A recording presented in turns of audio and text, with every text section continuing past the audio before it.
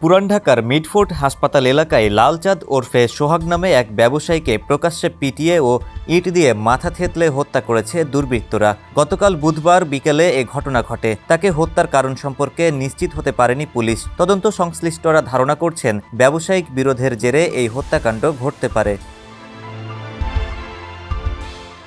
ঢাকা মহানগর পুলিশের লালবাগ বিভাগের উপকমিশনার মোহাম্মদ জসিমউদ্দিন সমকালকে বলেন, হত্যায় জড়িতদের গ্রেফতারে কাজ করছে পুলিশ। ব্যবসার আধিপত্য নিয়ে মঙ্গলবার রাতে তার গুদামে গিয়ে প্রতিপক্ষ গুলি ছোড়ে।